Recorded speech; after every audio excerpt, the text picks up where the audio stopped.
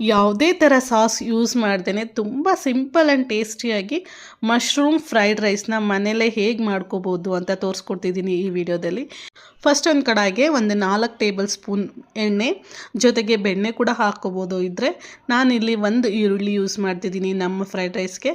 ಅದಾದಮೇಲೆ ಕರಿಬೇವು, ಕೊತ್ತಂಬರಿ, ಒಂದು ಸ್ವಲ್ಪ ಪುದೀನ ಎಲ್ಲ ಹಾಕಿಬಿಟ್ಟು ಹೈ ಫ್ಲೇಮಲ್ಲಿ ಫ್ರೈ ಮಾಡ್ಕೊಳ್ಳಿ. ಎಲ್ಲನೂ ರೆಡಿ ಮಾಡಿಟ್ಕೊಂಡು ಹೈ ಫ್ಲೇಮಲ್ಲಿ ಮಾಡಿದ್ರೆ ತುಂಬಾ ಚೆನ್ನಾಗಿ ಬರುತ್ತೆ. ಅದಾದಮೇಲೆ ಒಂದು 3 ಹಸಿಮೆಣಸಿನ್ಕಾಯಿ, ಜಿಂಜರ್ ಗಾರ್ಲಿಕ್ ಪೇಸ್ಟ್, ಅರ್ಧ ಟೇಬಲ್ ಸ್ಪೂನಷ್ಟು ಅರಿಶಿನ, 1 ಟೇಬಲ್ ಸ್ಪೂನ್ ಖಾರ ಪುಡಿ, 1 ಟೇಬಲ್ ಸ್ಪೂನು ಧನಿಯಾ ಪುಡಿ ಹಾಕಿಬಿಟ್ಟು ಒಂದೆರಡು ನಿಮಿಷ ಎಣ್ಣೆ ಬಿಟ್ಕೊಳ್ಳೋವರೆಗೂ ಫ್ರೈ ಮಾಡಿಕೊಂಡು, ಅದಾದಮೇಲೆ ಮಶ್ರೂಮ್ ಮತ್ತು ಅದ್ರ ಜೊತೆಗೆ ಒಂದು ಸ್ವಲ್ಪ ಕ್ಯಾಪ್ಸಿಕಮ್ ಸಣ್ಣದಾಗಿ ಕಟ್ ಮಾಡ್ಕೊಂಡು ಹಾಕ್ಕೊಂಡು ಫ್ರೈ ಮಾಡ್ಕೊಳ್ಳಿ.